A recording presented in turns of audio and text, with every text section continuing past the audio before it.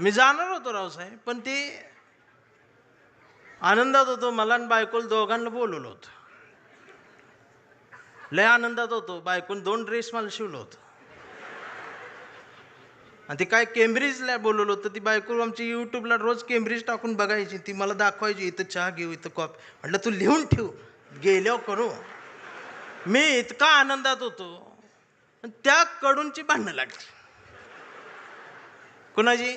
America, Israel आणि ती Iran.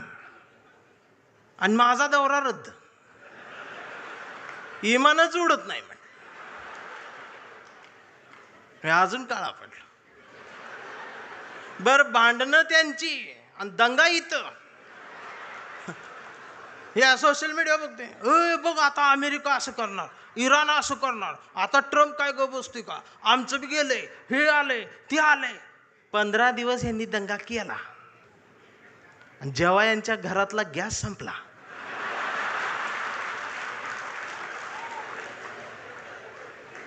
त्यावेळेला बीकॉम झालेली बायको पहिल्यांदाच चुलीजवळ आली. तिला काय चूल पेटना, मग यूट्यूबवर चूल बघितली. त्या यूट्यूबवर याला फुकणी गावली. ह्यानं तिला फुकणी दिली. म्हटलं फुकाय, तर ती डोळ्यातनं बघायला लागली. म्हटलं फुकायचं आहे. मग ती अशी फुकायला लागली, सगळा धूर गेला डोळ्यात. मग तिनं अशी फुकणी याला फेकून मारली, ह्याचा गुडघा फुटला. आणि मग ही लंगडत लंगडत ती गॅसची टाकी घेऊन चौकात आला. चौकात 4 किलोमीटरची लाईन. मग दिवसभर उन्हात थांबलं. फुटाफुटान पुढं सरकत गेलं. संध्याकाळी 5 वाजता याचा नंबर आला. आणि ती पुढं नंबर आल्यावर संध्याकाळी ती काउंटरवरची मुलगी म्हटली, DAC नंबर असेल तरच या. 45 दिवसानंतर बुकिंग होईल, 60 दिवसांनी मिळेल. याच्या लक्षात आलं 60 दिवस गुडघा फुटणार. त्यानं असं डोळं झाकलं, गार वाऱ्याची झुळूक आली. मग येऊ म्हटला, जगाला युद्धाची नाही, बुद्धाची गरज. कधी चुलीत लाकडं गेल्या. अहो, आमचं उपमुख्यमंत्री शिंदे साहेब सुद्धा टीव्हीवर पहिल्यांदाच नाव घेतलं, कधीच नाव घेतलं नव्हतं बुद्धाचं. ते सुद्धा पत्रकार परिषदेत म्हटले, जगाला युद्धाची नाही, बुद्धाची. बायकोन मला बघितलं, म्हणलं लोक हे काय म्हणतात.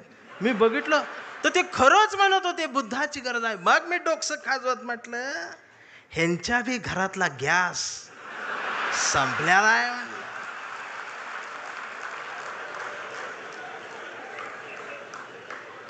साधना आहे त्यासाठी. एक दिवस तुमच्या घरातल्या अब्रूला हात घालल ना, त्यावेळेला तुम्हाला आमच्या आठवणी येतील. खराचं प्रकरण ज्यावेळेला टीव्हीवर आलं, महाराष्ट्र हादरला, त्यावेळेला महाराष्ट्राच्या मनात नाही तर अख्ख्या देशाच्या मनात एकच नाव आलं, डॉक्टर नरेंद्र दाभोळकर. खऱ्यापणाने लढणारी माणसं महाराष्ट्रात तेव्हाही होती, आजही आहेत, उद्याही असतील. आणि शिवसेना कायम खऱ्या माणसांसोबत मैदानात आहे, ती उद्याही राहणार आहे, ही संपणार नाही. फक्त माझी विनंती आहे, मला दिसते बरं का, मला काय भविष्य कळत नाही, पण मला दिसते लवकरच तुम्ही बी सत्तेत आहे. फक्त माझी विनंती साहेब एवढीच आहे, जेवढी गेले ती त्यातलं परत यायला बघत्याल, अजिबात नाही घ्यायची.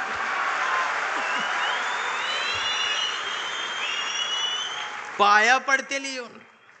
त्यांचं दुःख आहे हो, त्यांना तुम्ही शिव्या देऊ नका. मला माहित आहे, दररोज उद्घाटन करतात, दररोज सत्कार करतात, पण घरी गेल्यावर दार लावून रडतात. हे मग तर मलाच माहित आहे, दार लावून साहेबांचं नाव घेऊन रडतात. मी म्हणतोय त्यांना, मी येऊ खांदा द्यायला नको म्हणते.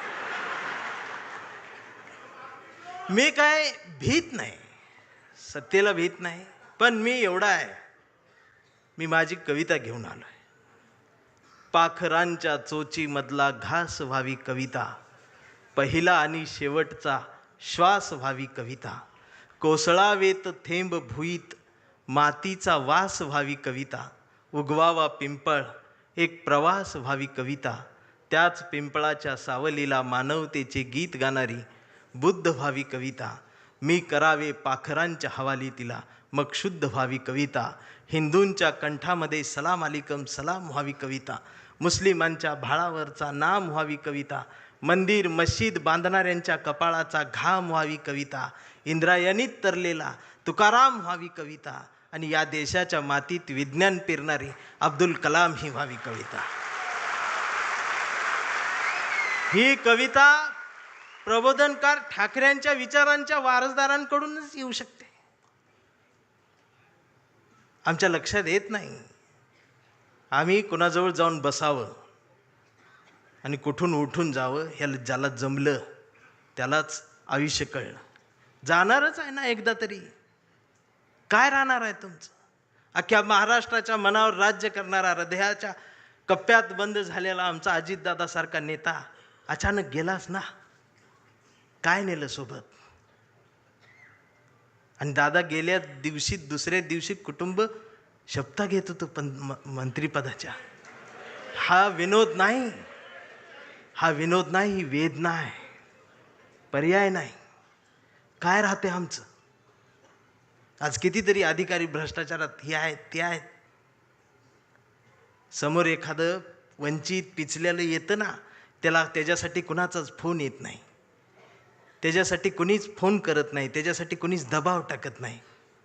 जर अधिकाऱ्यांनो तुम्ही फक्त त्याला बसवून पाणी प्यायला दिलं आणि कुणाचाच फोन न येतात जर त्याचं काम केलं ना, तर संध्याकाळी स्वाभिमानाची झोप लागते.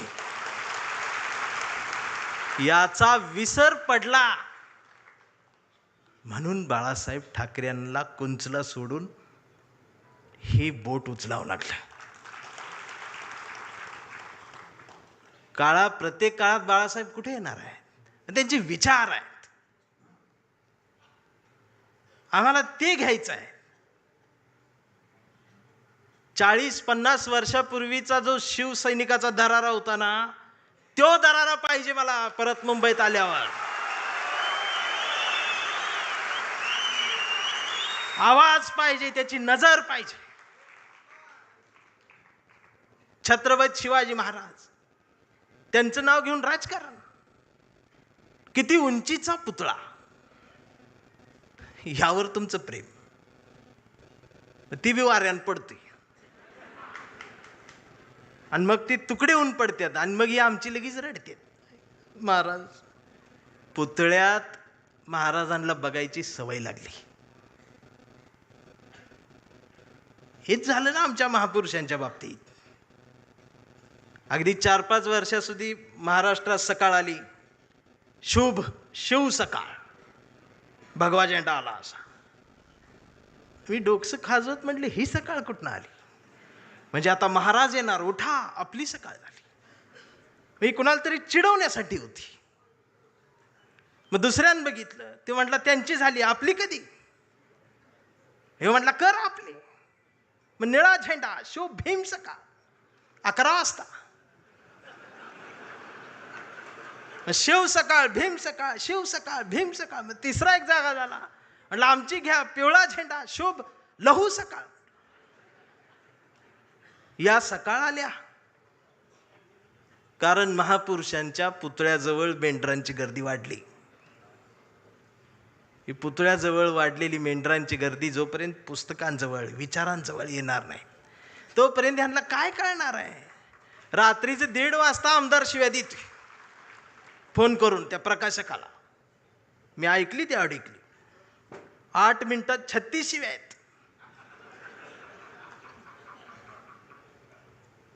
स्ट्राईक रेट काढला तर 400च आहे.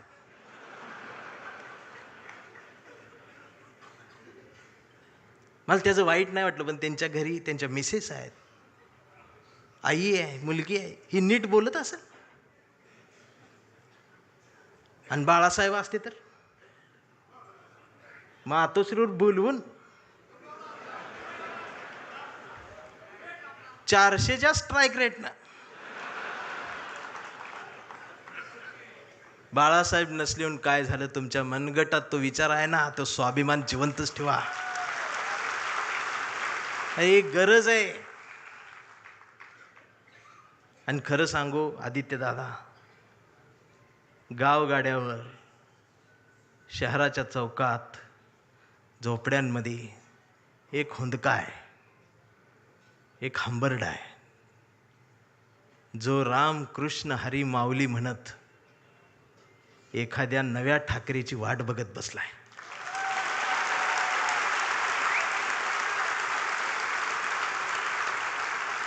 आणि ती पोकळी भरून काढण्याचं काम, भरीव काम आता तुम्ही करायला सुरुवात करावी. हा शिवसैनिकासोबत माझ्यातला भीमसैनिक सुद्धा तुमच्यासाठी मैदानात उतरणार. कुठंपर्यंत आम्ही एकमेकांशी भांडत बसायचं? जर शिवाजीनगरमधून समतेचा आणि मैत्रीचा हात, जर माझ्यासाठी दोस्तीचा हात येत असेल, तर आंबेडकर नगरमधून माझा सुद्धा हात मैत्रीचा तुमच्यासाठी पुढे येला पाहिजे.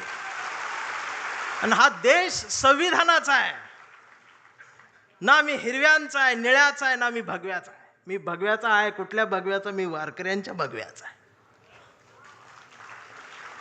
मी बाळासाहेबांनी शिवसैनिकांच्या हातात जो भगवा दिलाय, मी त्या भगव्याचा आहे. मी तो भगवा घेऊन आलोय, पण त्याच्या सोबत मी या देशाचा तिरंगा सुद्धा आज घेऊन आलोय. आणि मला काय करायचं ती करा. या देशाच्या संविधानाला, तिरंग्याला जरी साधं नख लागायचा प्रयत्न जर कोणी केला, तर माझा ह्यो काळा रंग तुमच्यात मिसळून जाईल. आता ही भाषाच कळत नाही यांना, वैचारिकपणच राहिलं नाही. राऊत साहेब लगेच मारतेत, अंगावरच येते, शाईच टाकायला येते शाई. परवा एका कार्यक्रम सुरू करायच्या आधी ती DYSP माझ्याकडे आली, म्हटले भाषण करू नका. म्हटलं काय झालं? काही संघटना तुमच्यावर शाई टाकायला. मी म्हटलं मी लय लांबनं आलोय, करू दे. तर बाजूला ते कॉन्स्टेबल बघत होत माझ्यावर, ते हसायला लागलं मला बघून. म्हटलं काय झालं, का हसताय? तर म्हटले तुमचं तोंड काळ करणार आहे. मी म्हटलं साहेब बोलू दे 2 मिनिटं. तर ते म्हटले तुमच्या रिस्कवर बोलणार का? मी म्हटलं अहो आम्ही जन्माला येतानाच आमच्या रिस्कवर आलोय.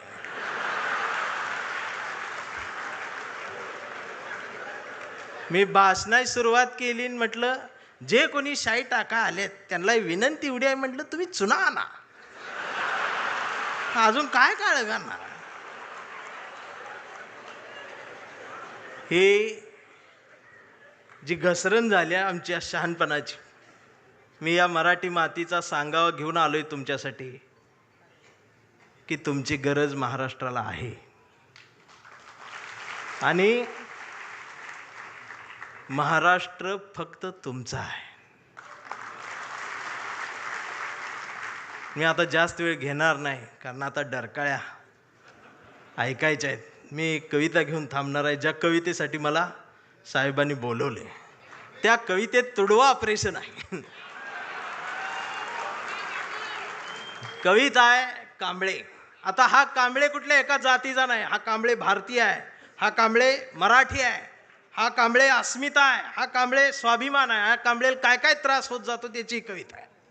हा कांबळे शेंडीतून जानव्यातून मुक्त येऊन प्रबोधनकारांच्या जवळ आलेला आहे, फुलेशाह आंबेडकरांच्या जवळ आला, असा हा स्वाभिमानी आहे की आमचा कांबळे लय हुशार. हे कधीच नाही रडला, नुसताच कांडला करून. कांबळे शाळेत गेला, मास्तरनं फळ्यावर सरस्वती काढली. कांबळे शाळेत गेला, मास्तरनं फळ्यावर सरस्वती काढली, पण कांबळेनं पाटीवर सावित्री काढली. मग मास्तरनं चिडून कांबळेला असा तुडवला, असा तुडवला, असा तुडवला, पण कांबळे नाही रडला, नुसताच कांडला करून. कांबळे वयात आला, विशीत आला, मिशीत आला, कांबळे गुलाबी झाला आणि तिच्या प्रेमात पडला. मग तिनं विचारली त्याची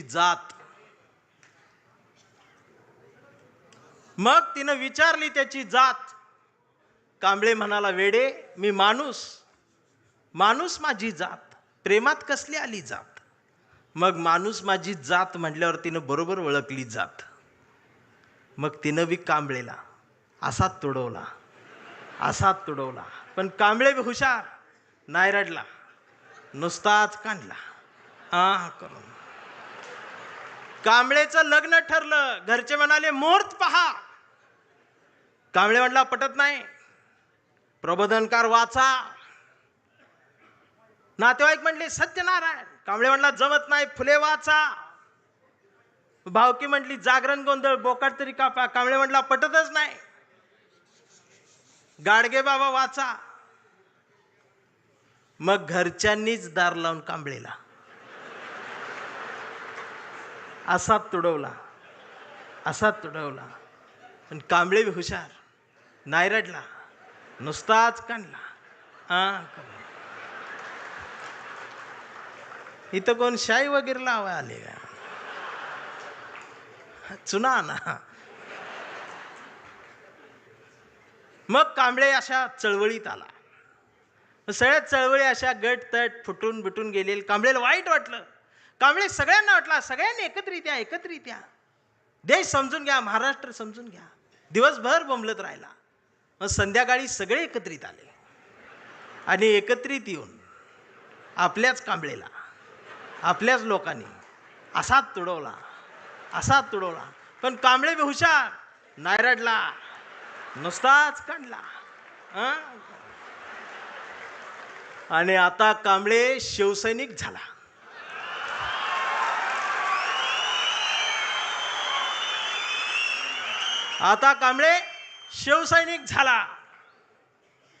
शहाणा झाला, आमदार झाला, खासदार झाला, मंत्री झाला. मग त्याला फोडायसाठी सापळा रचला. त्याला बोलवून घेतलं, कांबळे नाही गेला. तो ऐकत नाही म्हणून त्याला मग जेलमध्ये टाकला. तिथं सुद्धा ईडीनं त्याला असा तुडवला. पण कांबळे तिथं बी नाही रडला, नुसताच काढला. आणि असा भगवा फडकवत जेलमधनं बाहेर आला. अरे, महाराष्ट्राच्या इतिहासातला सुवर्ण अक्षरांनी, सोनेरी अक्षरांनी लिहिणारा जाणार तो इतिहास आहे. तो शिवसैनिक ज्या वेळेला न झुकता बाहेर आला ना, तो नाद नाही आमच्या रावसाहेबांना, नादच नाही. आता कांबळे वयस्कर झाला. त्याच्या परवा ते सोशल मीडियावर येडं झालेले. ते सोशल मीडियावर कोण आहे, निसर्ग चित्र येतं, त्याच्यावर लिहिलेलं असतं 70% डोळे बारीक करा. हे बारीक करतात आणि त्याच्यात येतं स्वामी दिसले, पाया पडते तो. 70% डोळे बारीक करून स्वामी बघणाऱ्यांची जमात वाढली साहेब. अजून 30% डोळे उघडे आहेत ना, ती सुद्धा पूर्ण बंद व्हायच्या आधी उघडा, नाहीतर घरात घुसल. आणि असं बोलल्यावर मला मारती. परवा कांबळेच्या मुलानं मोबाईल बघत अर्धा डोळा बारीक करत कांबळेला विचारलं, डॅडा, महाराष्ट्र म्हणजे काय डॅडा? स्वाभिमान म्हणजे काय डॅडा? प्रबोधनकार ठाकरे कोण होते डॅडा? फुले शाहू आंबेडकर कोण डॅडा? आणि शिवाजी महाराज खरंच जन्माला आले होते डॅडा? आता मात्र कांबळे पेटला. अरार म्हटलं, गावभर पेरलं आणि घरातच नाही उगवलं. म्हणून त्यानं दार लावून पोरालाच असा तुडवला. पण चिरंजीव कांबळे हुशार, तो पण नाही रडला, तो दोनदा काढला करून. मग याच्या लक्षात आलं, DNA मधनं ही डबल जातं. विचार ही स्वाभिमानातनच द्यायला लागत असतात. आणि आता कांबळे वेडा झालाय. कांबळे वेड्यांच्या दवाखान्यात आहे. व्यवस्थेने त्याला वेडा ठरवलंय. कांबळे वेड्यासारखं स्वाभिमान म्हणतो, कांबळे वेड्यासारखं निष्ठा म्हणतो, कांबळे वेड्यासारखं संघटन म्हणतो, कांबळे वेड्यासारखं मराठी म्हणतो, कांबळे वेड्यासारखं भारत म्हणतो, कांबळे वेड्यासारखं शिवराय ते भीमराय सांगतो. पण डॉक्टरसुद्धा कांबळेला श्वाक देऊन तुडवत आहेत.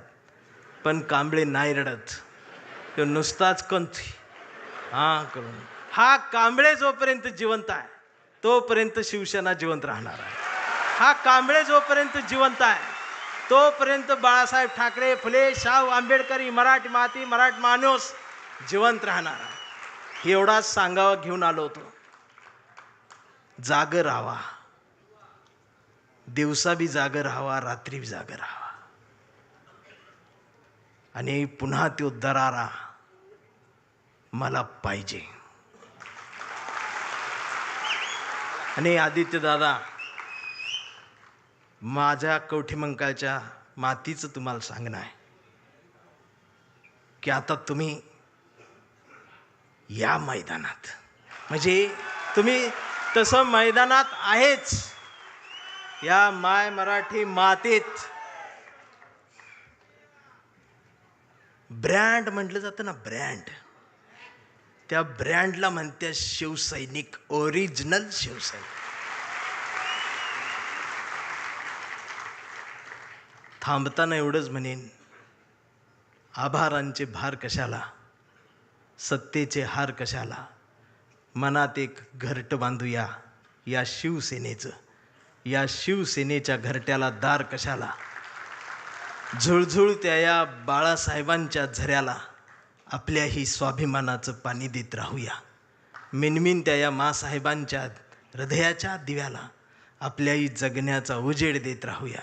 आणि जोपर्यंत ठाकरे घराणं आमच्या मनाला साथ घालत राहील त्याला आयुष्यभर असाच प्रतिसाद देत राहूया. मी राऊत साहेबांच्या स्वाभिमानाला वंदन करतो. तुमच्या सर्व शिवसैनिकांना मनापासून जय महाराष्ट्र करतो. थांबताना हुंदका दाटून येतोय. एवढ्या मोठ्या स्टेजवर, एवढ्या मोठ्या प्रबोधन पीठावर मला उभं करण्याची संधी तुम्ही दिलीत. मी आभारी आहे. धन्यवाद.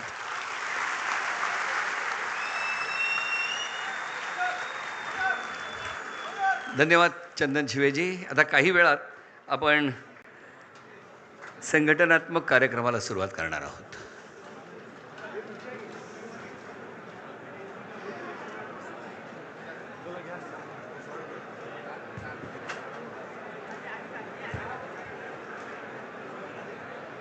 हे लावून घे, लावून घे.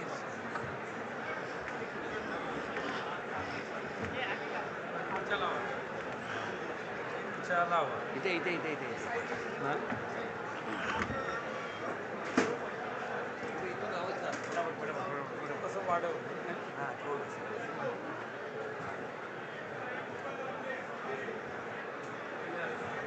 बस बस.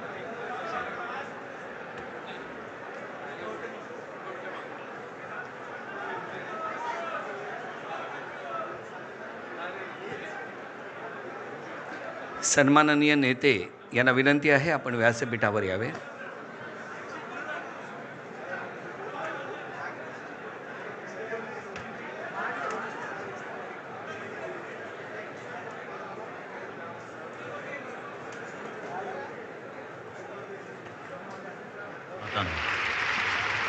आज एकच निर्णय घेऊन उठायचे आपल्याला. एकच निर्णय की कोणी काही केलं तरी मात्र आम्ही आणि आमच्या रक्तामध्ये सळसळणारा भगवा रंग कधीही कुठे कुठे फिका पडू देणार नाही. मनामध्ये माझ तरी आपण मुजोर नाही, दिसतो साधे भोळे तरी मनगट कमजोर नाही. आपल्याला लढायचा कुणामध्ये चोर नाही, आपल्या एवढी कुणाचीही निष्ठा कठोर नाही. तुझ्या मनामध्ये आहे आपलाच ठाकरे, आपण तरी कुणी बाळासाहेबांची लेकरे. पक्ष आपला ठाकरे, चिन्ह आपलं ठाकरे, आन बान शान ठाकरे. पक्ष आपला ठाकरे, चिन्ह आपलं ठाकरे. समजा उद्या तुमच्या हातामध्ये सत्ता आली आणि तुमचे आमदार तिकडे गेले तर मात्र आज तुम्हाला सांगतो सगळ्यांना, यापुढे एक आमदार जर शिवसेनेतनं फुटला तर मात्र कायद्याची पर्वा न करता त्याला रस्त्यात तुडवा. कुणी आला गेला तरी श्रद्धा आपली ढळत नाही. सच्चेपणा आपला हा कुठे विकत मिळत नाही. गद्दारी करून आपण शेपूट घालून पळत नाही. फेकलेले तुकडे झाले आपण कधी गिळत नाही. आवाज आपलाच खतरनाक रे. आपण तरी कोणी बाळासाहेबांची लोक रे. पक्ष आपला ठाकरे, चिन्ह आपलं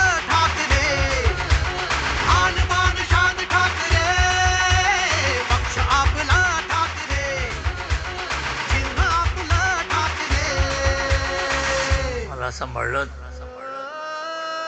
डोला सांभाळा, आदित्याला सांभाळा आणि महाराष्ट्राचा उत्कर्ष करून द्या.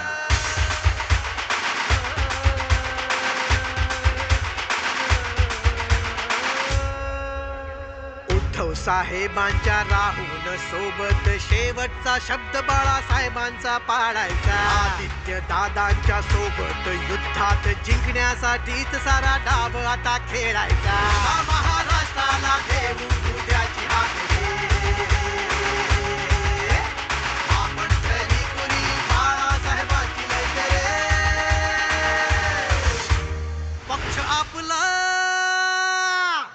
पक्ष आपला, पक्ष आपला ठाकरे, आपला ठाकरे, चिन्ह आपलं ठाकरे, आपलं ठाकरे, आन बान शान ठाकरे. पक्ष आपला ठाकरे, आपला ठाकरे, चिन्ह आपलं ठाकरे. दैवत आपले ठाकरे.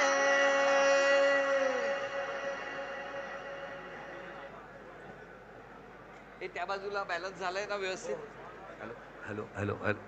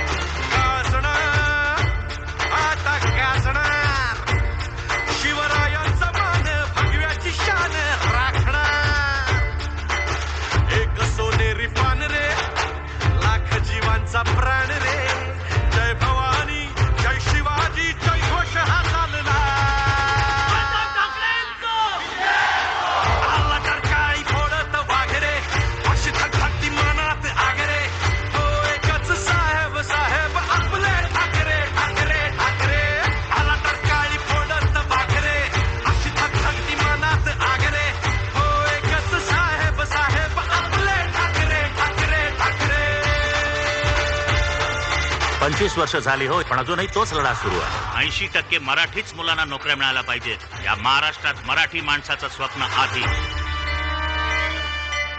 किती आले निघेले, छातीची ढाल केली,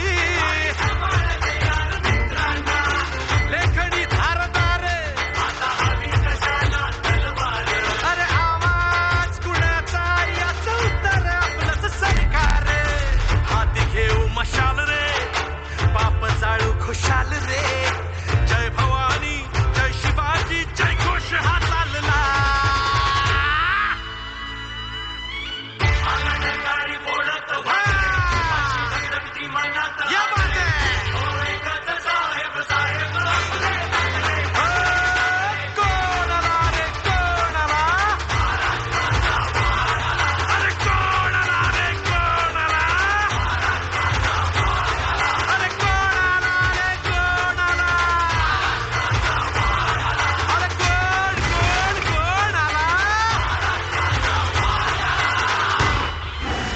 ज्या रंगाची गोळी मला चाटून जाईल तो रंग या देशात राहणार नाही ऑफिसर.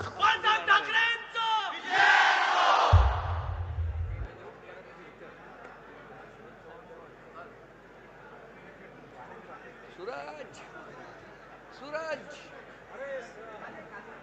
जोरदार आहे वातावरण खाली. Hello hello hello hello.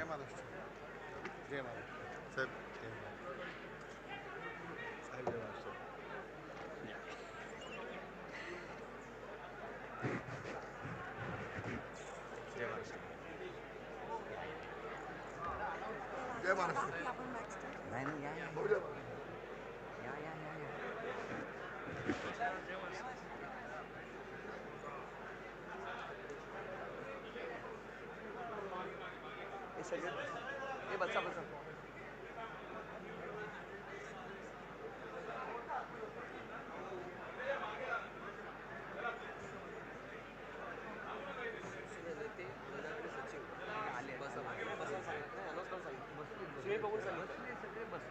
Announce नाही करायचं.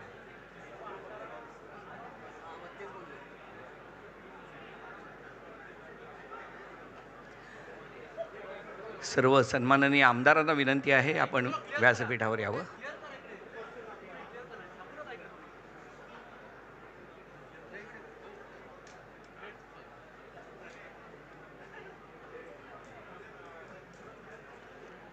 पुढे घ्यायचं आहे.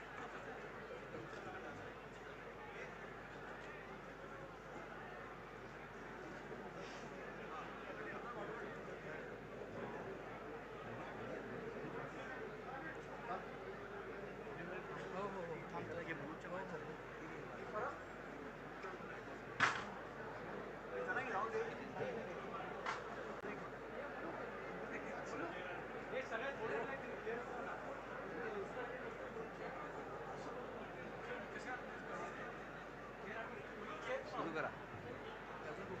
जाणार जाणार जाणार.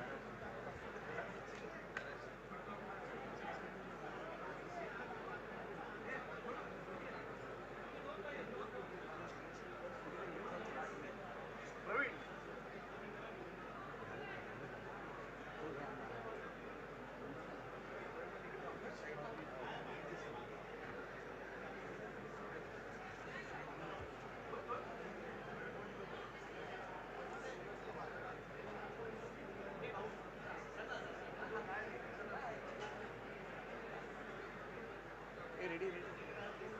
चला चला चला. साहेब सुरू करा. चला सुरू करा.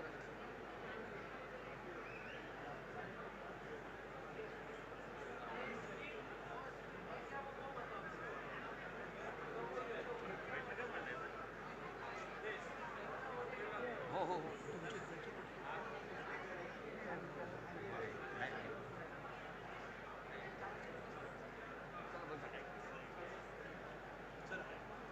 Ready ready. कर्टन ए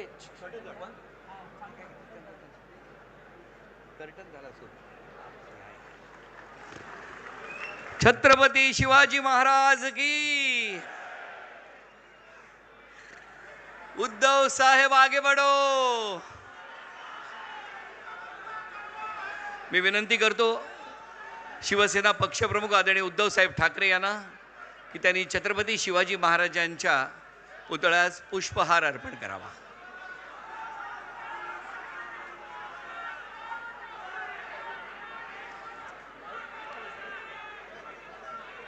छत्रपती शिवाजी महाराज की.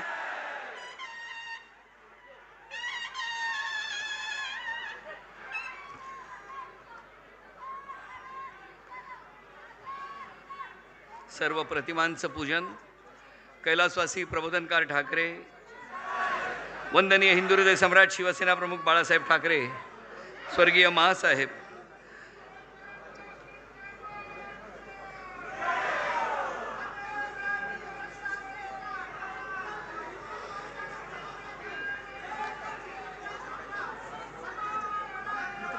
विभागाचा सत्कार.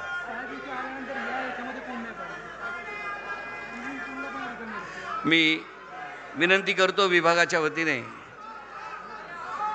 पक्षप्रमुख उद्धव साहेब ठाकरे यांचा सत्कार आणि शिवसेना नेते युवासेना प्रमुख आदित्यजी ठाकरे यांचाही सत्कार. वंदनीय हिंदू हृदय सम्राट शिवसेना प्रमुखांसाठी हा चाफ्याचा हार.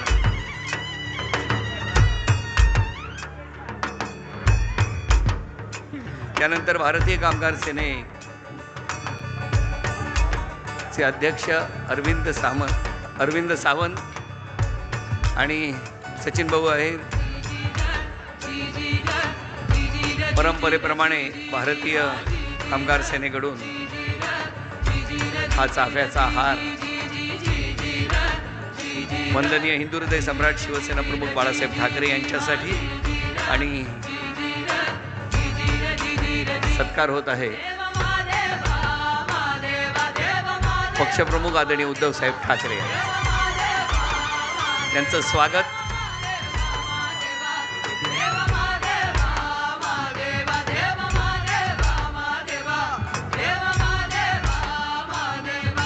यानंतर मी विनंती करतो स्थानीय लोकाधिकार समितीचे प्रदीप मयेकर यांना की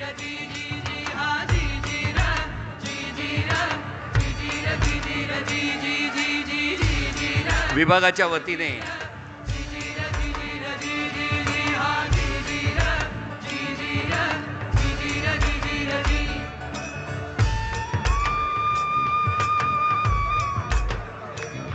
विभाग प्रमुख प्रमोद शिंदे आणि विभाग संघटिका शुभदा शिंदे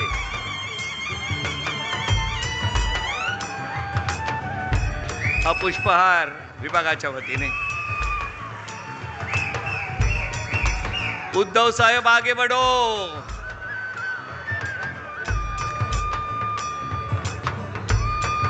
यानंतर आपल्याला माहीतच आहे की एक्सपोर्ट इम्पोर्ट लॉजिस्टिकच्या 2 महिन्यांचा अभ्यासक्रम पूर्ण झालेल्या जे विद्यार्थी आहेत त्यांचा आता सन्मान होणार आहे. मी प्रदीप मयेकर यांना विनंती करतो की त्यांनी ती नावं वाचावी.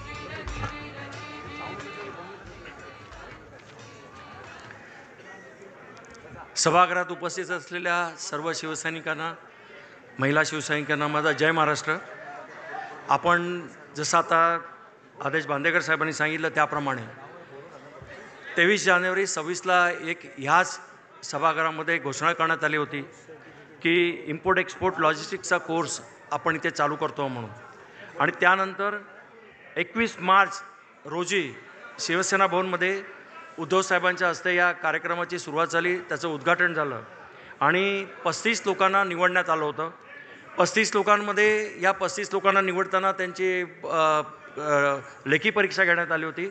लेखी परीक्षेनंतर त्यांची तोंडी परीक्षा घेतल्यानंतर या 35 लोकांचा कोर्स चालू झाला आणि या 2 महिने यांना लेक्चर्स दिल्यानंतर 21 दिवसाचं त्यांना ऑन जॉब ट्रेनिंग म्हणजे ज्याला आपण इंडस्ट्रियल व्हिजिटही म्हणतो त्याप्रमाणे त्यांना ते 21 दिवसाचं ट्रेनिंग दिल्यानंतर हा संपूर्ण कोर्स केल्यानंतर पुन्हा त्यांच्या लेखी परीक्षा झाल्या आणि लेखी परीक्षेमध्ये पास झालेल्यांना आज आपण इथे त्यांनामुळे मला सांगायला आनंद होतो की 35मधल्या जवळजवळ 29 मुलांनी परीक्षा दिल्या होत्या आणि 29 मुलांनी हा कोर्स हा संपूर्ण 3 महिन्याचा संपूर्ण हा कोर्स यशस्वीरित्या पूर्ण केलेला आहे आणि आपली पहिली बॅच ह्याच्यामधनं आपण तयार केलेली आहे. या संपूर्ण कोर्समध्ये या लॉजिस्टिकमध्ये काम करणारी दिग्गज मंडळी काम करत होती ज्यांच्या स्वतःच्या कंपन्या आहेत आणि 30 मंडळी इथे या मुलांना शिकवण्यासाठी जवळजवळ 3 महिने इथे कार्यरत होती. या 3 महिन्यामध्ये ह्या लोकांनी त्यांना प्रशिक्षण तर दिलंच आणि हे प्रशिक्षण देणारी ही जी मंडळी आहे त्यांच्यात जवळजवळ ह्या ज्या कंपन्या आहेत यांच्या मालकीच्या ज्या कंपन्या आहेत जवळजवळ 3 पिढ्या चालवलेल्या असलेल्या ह्या कंपन्यांचे हे मालक हे आहेत. आता मी त्यांचं नाव घेतो. आता ही जी मुलांनी आपल्या कोर्स कंप्लीट केलेला आहे त्यांना मी इथे स्टेजवर आमंत्रित करतो ज्यांना माननीय श्री उद्धव साहेब यांच्या हस्ते त्यांना सर्टिफिकेट वितरण होणार आहे. पहिलं नाव आहे कुमारी स्वरदा शुक्ल. त्यानंतर आहे रजत मुळे. त्यानंतर अक्षय माळवी, शुभम कोयंडे आणि कुमारी आश्रया विनोद चव्हाण. ही सर्व मंडळी यांना आपण इथे आमंत्रित केलेलं आहे. यांना आता सर्टिफिकेटचं वितरण आणि त्यांना हा कोर्स कंप्लीट केल्यानंतर या कंपन्यांमध्ये नोकरी देण्यात आलेली आहे. म्हणजे आपण जे आश्वासन दिलं होतं की ह्या सगळ्यांना नोकऱ्या तिथे मिळतील, त्याप्रमाणे नोकऱ्याही त्यांना देण्यात आलेल्या आहेत आणि ही सगळी मंडळी आजची स्टेजवर आपल्याला दिसत आहेत. ह्या सगळ्यांच्या सहकार्याने हा कोर्स आपण 3 महिन्याचा केला आहे आणि या सगळ्या मंडळींनी ही जी आज सगळे इथे दिसत आहेत, ही आपल्याला सगळी मालक मंडळी आहेत आणि यांनी पुढेसुद्धा आपल्याला सहकार्य करण्याचं आश्वासन दिलेलं आहे. मला वाटतं यांच्या सन्मानार्थ सगळ्यांनी जोरदार टाळ्याने त्यांचं स्वागत करावं, जोरदार टाळ्याने, कारण अशा रीतीने त्यांनी जे आपल्याला सहकार्य दिलेलं आहे हे खरोखरच भूषणावं आहे. आणि मी ह्या सगळ्यांचं आपल्या संघटनेच्या वतीने, स्थानिक लोकाधिकार समितीच्या वतीने मी यांचं सगळ्यांचं म्हणजे त्यांना धन्यवाद देतो. आणि पुढची बॅच, आता ही पहिली बॅच आम्ही 35 लोकांची घेतल्यानंतर जवळजवळ 450 लोकांनी ह्याला ॲप्लाय केलेलं आहे, म्हणजे त्यांनी अर्ज दिलेले आहेत. त्यांची दुसरी बॅच आपण लवकरच 50 लोकांची बॅच आपण चालू करतो आहे आणि या 50 लोकांना सेनाभवनमधनं कॉल करण्यात येईल, सगळ्यांना बोलवण्यात येईल. यांची पुन्हा रिटर्न टेस्ट होईल आणि या रिटर्न टेस्टनंतर त्यांना मग हा 3 महिन्याचा कोर्स त्यांना आपण करणार आहोत. आणि हीच मंडळी संपूर्ण जो सपोर्ट आहे, म्हणजे हे स्वतः हे क्लास घेतात. यांची जी मोठी संस्था आहे federation of freight forward association of India, ही या संस्थेची त्यांची शैक्षणिक शाखा पण आहे, ज्याचं नाव आहे Indian institute of freight forwarders. तर या शैक्षणिक शाखेतर्फे या सगळ्यांना आपण पुन्हा बॅच आपण करतो आहे. या सगळ्यांना पुन्हा कॉल जातील, या मुलांना बोलवलं जाईल आणि 50 जणांची बॅच पुन्हा शिवसेना भवनमध्ये आपण करणार आहोत. आणि हीच मंडळी ह्या सगळ्या कोर्ससाठी आपल्याला सहकार्य करणार आहेत. मी आता सगळ्यांची नावं घेतो. श्री अमित कामत हे चेअरमन आहेत FFIAIचे आणि त्यांच्या कंपनीचं नाव आहे कामत अँड कंपनी. दुष्यंत मुलानी हे मागील त्यांच्या चेअरमन आहेत, त्यांच्या कंपनीचं नाव आहे खिमजी पुंजा फ्रेट फॉरवर्ड्स लिमिटेड आणि हे स्वतः एक फॅकल्टी होते, त्यांना मुलांना ट्रेनिंग दिलं होतं. श्री सुदीप डे हे ऑनररी सेक्रेटरी FFIचे आहेत आणि हे खास कलकत्त्यावरून इथे आलेले आहेत. सुदीप डे, जोरदार टाळ्यांनी त्यांचं स्वागत करा. खास आपल्या कार्यक्रमासाठी ते कलकत्त्यावरून उपस्थित राहिलेले आहेत. त्यानंतर आहेत Tej contractor, president IIFF, managing director of Mayursi logistic company, Shri Shantanu Bhadkamkar adviser FFI आणि हे स्वतः मॅनेजिंग डायरेक्टर आहेत ATC global logistic limited. Shri Sameer Shah adviser FFI आणि यांनी हा कोर्स त्यांनी डिझाईन, जो संपूर्ण 2 महिन्याचा कोर्स आहे तो त्यांनी डिझाईन केला होता. श्री शंकर शिंदे ॲडवायझर FFI हे आहेत आणि यांच्या कंपनीचं नाव आहे global express multi logistics private limited. Shri Shankar Haldankar उर्फ नाना हळदणकर यांनी इनिशिएटिव्ह घेऊन, म्हणजे मनोहर पटाये आणि श्री नाना हळदणकर यांनी संपूर्ण इनिशिएटिव्ह घेऊन आणि कोऑर्डिनेट करून हा कोर्स आपल्याला त्यांनी केलेला आहे. त्यांचंही जोरदार टाळ्यांनी स्वागत करूया. त्याचप्रमाणे आहेत श्री विनायक अपराज, त्यांच्या कंपनीचं नाव आहे वरद लॉजिस्टिक्स. मंगेश कांबळे यांच्या कंपनीचं नाव आहे Omkar clearing. Ganpat Belnekar clearing and forwarding agency. Shri Kiran Rambia Shah brothers. Shri Ajinkya Patil ह्यांनी हा कोर्ससाठी संपूर्ण कोऑर्डिनेशन यांनी केलं होतं. त्यांच्यावर त्यांचे सहकारी अजय म्हणून होते. आणि ह्या ज्या लोकांनी हा कोर्स दिला आहे त्यांची नावं आहेत, म्हणजे ज्यांनी ह्या मुलांना शिकवलं त्यांची नावं आहेत श्री वीरेंद्र दयाल, श्री दीपक चौधरी, मिहीर भडकमकर, वरद अबराज, चैताली मेहता. त्यानंतर काळे लॉजिस्टिक्सच्या वतीने त्यांचे लोक आले होते. आणि काही ज्या ओनर कंपन्या आलेल्या आहेत त्या सगळ्यांचं मी इथे आपल्या वतीने पुन्हा एकदा जोरदार स्वागत करतो. सचिन नाईक यांचं नाव आहे, ते इथे आलेले आहेत. तर सगळ्यांचं पुन्हा एकदा मी आपल्या वतीने आणि आपल्या संपूर्ण संघटनेच्या वतीने मी त्यांचा आभार व्यक्त करतो. धन्यवाद.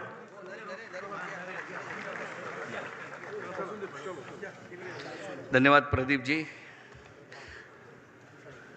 आणि आता आपण 2026 ते 2028 करता प्राथमिक सदस्य नोंदणीचा शुभारंभ करणार आहोत. बरं, ओके, ठीक आहे.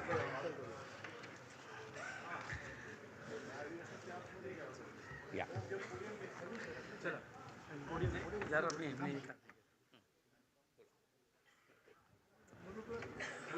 सध्या राजकारणातील घोडे बाजाराला खूप मोठा ऊत आला आहे. काही जणांनी घोडे बाजारात आपल्याला विकायला ठेवलं आणि विकलेसुद्धा गेले. परंतु या घोडे बाजाराला न जुमानता पक्षनिष्ठा म्हणजे काय, नेतृत्वाला साथ देण्याचं म्हणजे काय, याचं ज्वलंत उदाहरण शिवसेनेच्या 4 मावळ्यांनी दाखवून दिलेलं आहे. आणि ह्या 4 मावळ्यांवर शाबासकीची थाप मारण्याची विनंती मी पक्षप्रमुख माननीय उद्धवजी ठाकरे साहेबांना करणारच आहे. त्याच्यामध्ये पहिले जे आपले मावळे आहेत ह्या सगळ्यांना पूर्ण उरत आहेत ते आपल्या सर्वांचे लाडके खासदार संजय राऊत साहेब यांना शाल आणि पुष्पगुच्छ देऊन त्यांचं कौतुक केलं जाणार आहे.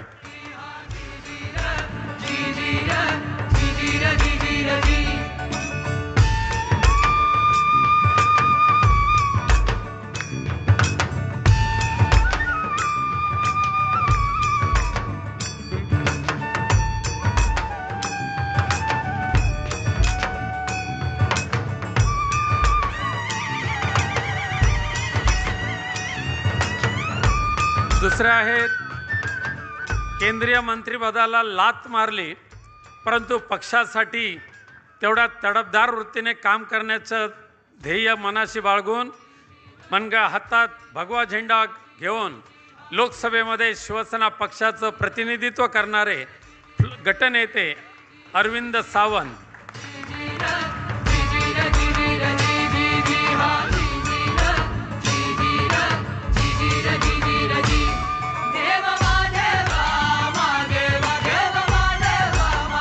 तिसरे आहेत शिवसेनेची बाजू खंबीरपणे लोकसभेमध्ये मांडत असताना संघटनेमध्ये सुद्धा तेवढीच जबाबदारी पार पाडून ह्या गद्दारांना धडा शिकवण्याचं निश्चय ज्याने केलेला आहे ते खासदार अनिल देसाई.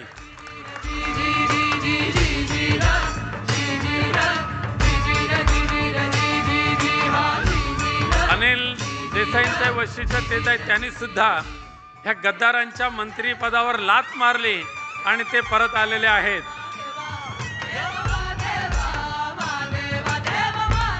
आणि आता चौथे जे आहेत त्यांचं नाव मला सांगण्याची आवश्यकता आहे असं मला वाटत नाही.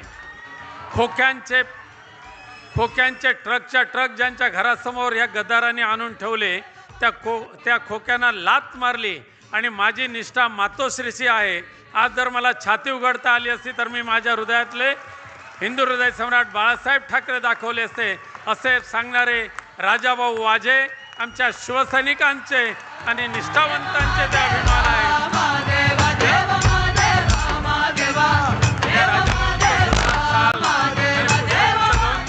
कौतुक केलं जात आहे.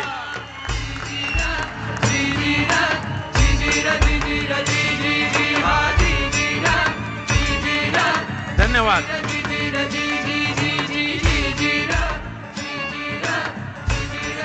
अरे आवाज कुणाचा? उद्धव साहेब आगे बढ़ो.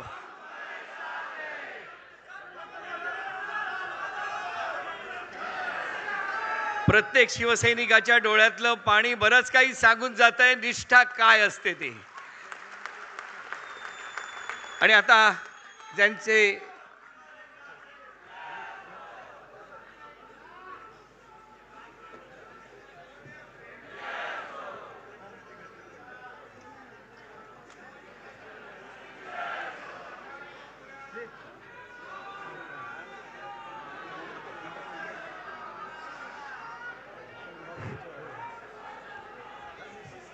ओके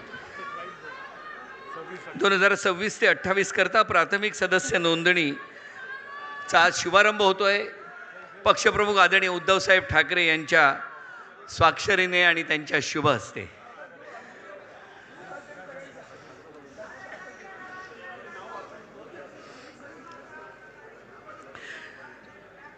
वंदनीय हिंदू हृदय सम्राट शिवसेना प्रमुख बाळासाहेब ठाकरे यांचा.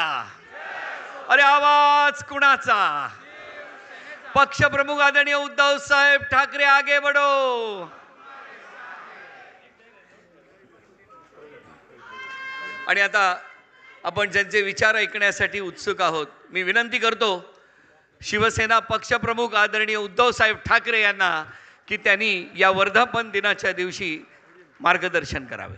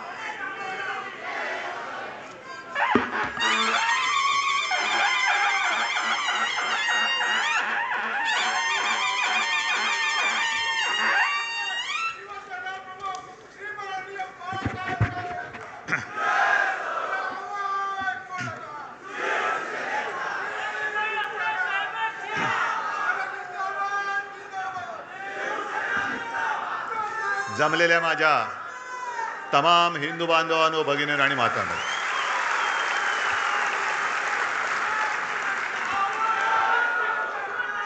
आज शिवसेनेचा 60वा वर्धापन दिन आहे आणि 60वा वर्धापन दिन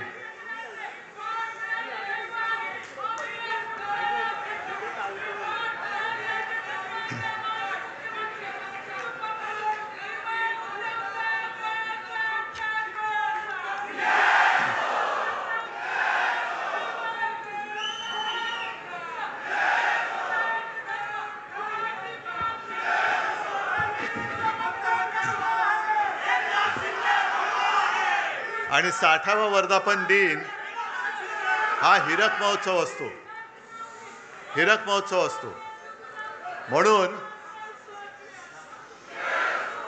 म्हणून नेहमीप्रमाणे मी माझ्या भाषणाची सुरुवात केलेली असली तरी आज विशेष म्हणजे तुम्हाला सगळ्यांना उद्देशून जमलेल्या, माझ्या तर आहातच, पण मला दिलेल्या हिऱ्यापेक्षा मौल्यवान, जीवाला जीव देणाऱ्या शिवसैनिक बांधवांनो, भगिनी आणि मातांनो, कारण ही देणगी माझी वडिलोपार्जित आहे. त्याच्यामुळे कोणी मायकल लाल ही देणगी माझ्यापासून हिरावून घेऊ शकत नाही. आजचा वर्धापन दिन अनेकांना वाटलं असेल की दुःखी आणि कष्टाने खचून गेलेला शिवसैनिक इथे दिसेल, पण इकडे एक सुद्धा शिवसैनिक खचलेला नाही, उलटा पेटलेला आहे.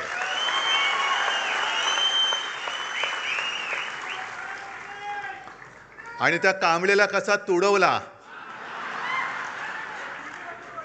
पुढचं तुम्हाला माहिती आहे. कारण अनेक जण मला सांगतात की उद्धवजी आता तरी आदेश द्या. म्हटलं आदेश बाळासाहेब कधीच देऊन गेलेत.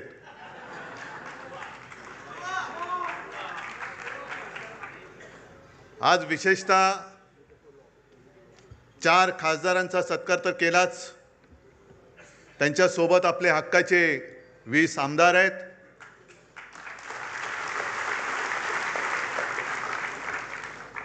तुमच्यामध्ये बसलेले अनेक नगरसेवक आहेत आणि या चॅनलच्या माध्यमातून देशाच्या कानाकोपऱ्यात शिवसेना आणि बाळासाहेब प्रेमी हा कार्यक्रम बघतायत. तुमचा सत्कार कसा करायचा? माझा जीव ओवाळून टाकला तरी हा सत्कार पूर्ण मी करू शकत नाही. कारण संकटामागून संकट आली, येतील, पुढे येतील, पण संकटाला पुरून उरणारा शिवसैनिक माझ्यासोबत आहे तोपर्यंत मी सुद्धा करणार नाही. ही 60 वर्ष ही काही साधी नव्हती. या 60 वर्षामध्ये ज्यांनी शिवसेनेसाठी खस्ता खाल्ल्या, आज सुद्धा माझ्यासमोर अनेक जण बसलेत, तुरुंगवास भोगलेत, रक्ताचं पाणी केलंय. त्यातले काही जण आपल्यात आहेत, काही जण आपल्यात नाही आहेत. त्या सगळ्यांना मी विनम्र अभिवादन करतोय. शिवसेना प्रमुखांसोबतची ती पहिली नेत्यांची फळी, ती त्यावेळेला जी सगळी होते, मनोहर जोशी, सुधीर जोशी, वामनराव, प्रमोद नवलकर, दत्ताजी नलोडे, किती नावं घ्यायची. या सगळ्यांनी जे जे काही त्यावेळेला कष्ट घेतले, ते कष्ट आज महाराष्ट्राच्या कानाकोपऱ्यात आपल्याला दिसत आहेत. संकट अनेक आली, हे काय संकट नाहीच आहे. मगाशी चंदन शिवे जे बोलले तेच माझं मत आहे की ज्या वेळेपासून आपण आपलं यश अपयश हे निवडणुकीच्या निकालाबरोबर तुलना करायला लागलो, तिकडे आपण फसलो. शिवसेना जे उत्तर शिवसेना प्रमुखांनी माझ्यासमोर, तेव्हाचे जे होम मिनिस्टर होते, मला वाटतं इंद्रजित गुप्ता, आपली सत्ता होती, आपलं सरकार होतं, आणि एक घटना अशी घडली होती की जणू काय आता हे सरकार बरखास्त करणार.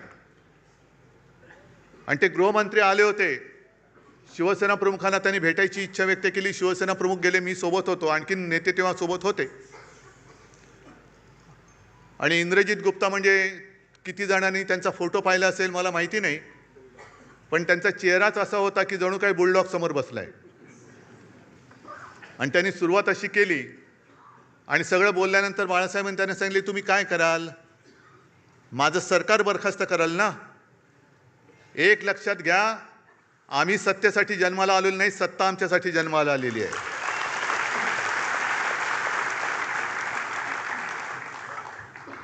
आणि 60 वर्ष त्याच्यामध्ये आणीबाणी सुद्धा आली. आणीबाणीचा काळ आणखीन भयानक होता. आणि तेव्हा तर ह्या सगळ्या गोष्टी, या सगळ्या आठवणी स्वतः शिवसेना प्रमुखांनी सांगितलेल्या आहेत की त्याही वेळेला रजनी पटेल म्हणजे आज जे आहेत त्यांच्याच राज्याचा हा शिवसेनेच्या मुळावर उठला होता. आणि त्यांनी शिवसेना प्रमुखाने एक पत्र लिहून दिलं होतं आणि सांगितलं होतं की याच्यावर सही करा, सही नाही केली तर तुम्ही आतमध्ये जाल. आणि ते पत्र असं होतं की जणू काही शिवसेना ही काँग्रेसमध्ये विलीन करा. जे आज बोंबलत बसलेत ना, आम्हाला वाटलं शिवसेना काँग्रेसमध्ये विलीन करणार. अरे 30 वर्ष भाजपसोबत राहून भाजपात नाही विलीन झालो तर काँग्रेसमध्ये कोण विलीन होणार?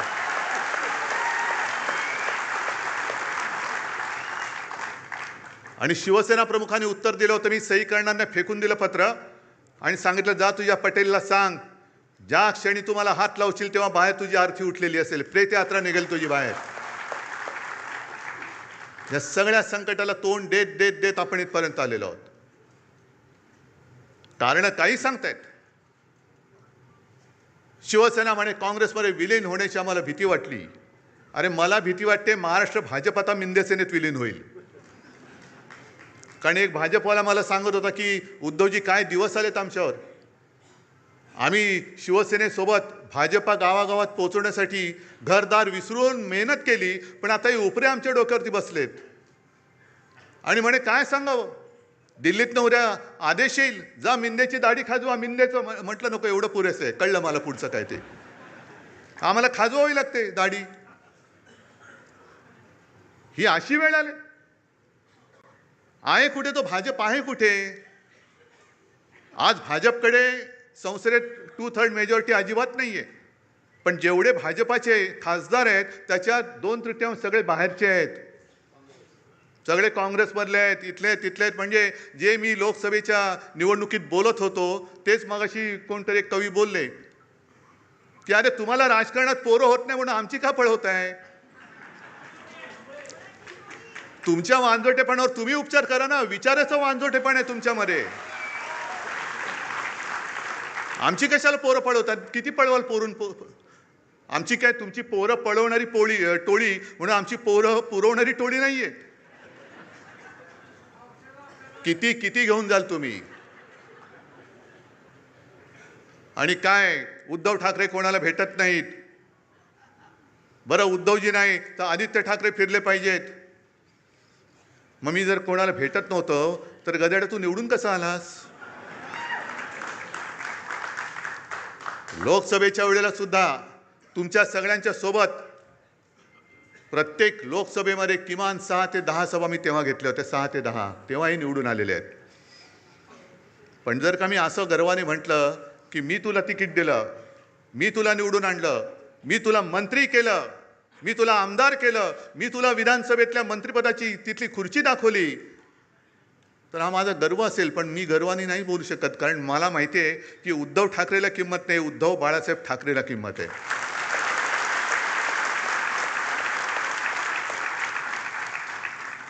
आणि याचं भान मला आहे. आपण ज्या वेळेला सगळ्या महिलांना माहिती आहे, आता शहरामध्ये तर काही जंगलतोड बेसुमार चाललेली आहे. शहरामध्ये वडापाव माहिती आहे, पण वडापाव म्हणजे वटसावित्रीचा वड गेला, त्याच्यावरती फेऱ्या मारणं गेलं. पण वड मोठा असतो, त्याचे पारंब्या असतात. एखादा लांबून नमस्कार करतो, त्या पारंबीला वाटतं मलाच केला, तुला नाही केला, तुझ्या मागच्या खोडाला केलेला आहे, हे लक्षात ठेव. वड त्याला म्हणतात.